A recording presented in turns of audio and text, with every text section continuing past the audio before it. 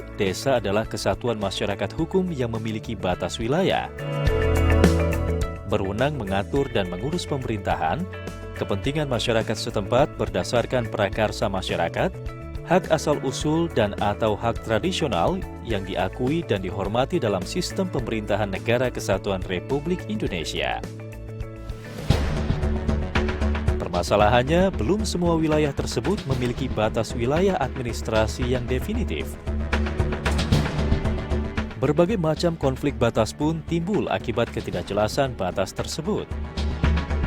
Dengan adanya pembebasan lahan atau pembangunan jalan di kawasan batas, maka kejelasan perizinan menjadi hal yang penting.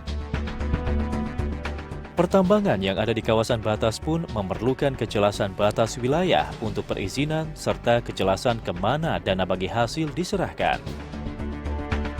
Kejelasan batas wilayah pun akan berdampak kepada kependudukan. Salah satu contoh yaitu ketika pemilihan umum. Ketidakjelasan batas akan memungkinkan terjadinya kependudukan ganda atau tidak terdaftar sebagai daftar pemilih tetap. Lalu, bagaimana solusinya? Solusi permasalahan tersebut adalah dibutuhkan kejelasan mengenai batas wilayah administrasi, salah satunya batas wilayah desa atau kelurahan.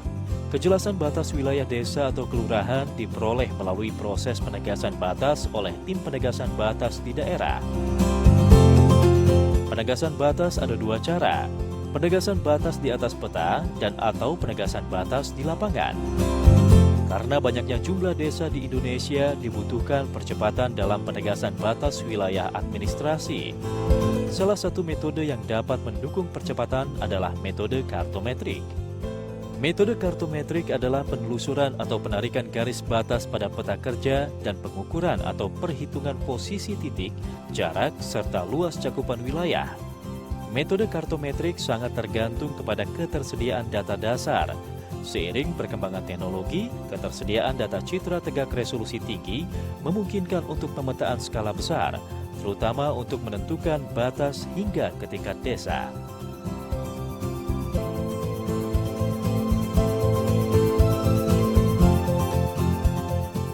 Berikut adalah contoh penarikan garis batas desa secara kartometrik.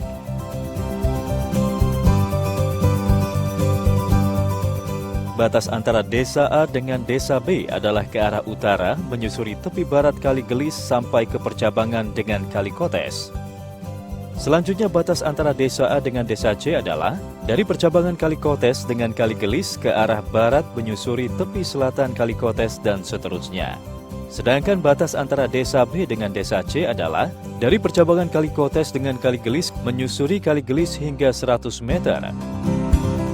Sementara batas antara desa C dengan desa D adalah dari ujung batas desa B dengan desa C ke arah barat, mengikuti punggung bukit hingga melewati puncak Gunung Kendil dan Gunung Truwelu dan seterusnya.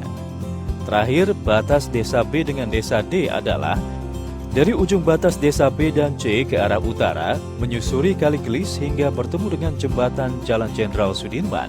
Dari jembatan tersebut ke arah timur menyusuri sisi selatan Jalan Jenderal Sudirman hingga persimpangan dengan Jalan Ahmad Yani. Dari persimpangan tersebut ke arah selatan menyusuri Jalan Ahmad Yani sepanjang 200 meter, kemudian belok ke arah timur menyusuri Pematang Sawah. Ketika proses penegasan dengan metode kartometrik, yang memegang peranan adalah tim penegasan batas di daerah. Langkah awal yang dilakukan dalam menentukan batas dengan metode kartometrik adalah dengan melakukan perencanaan dan koordinasi dari tim penegasan batas di daerah. Hasil rapat tersebut diberikan ke masing-masing desa untuk melakukan persiapan dalam musyawarah desa.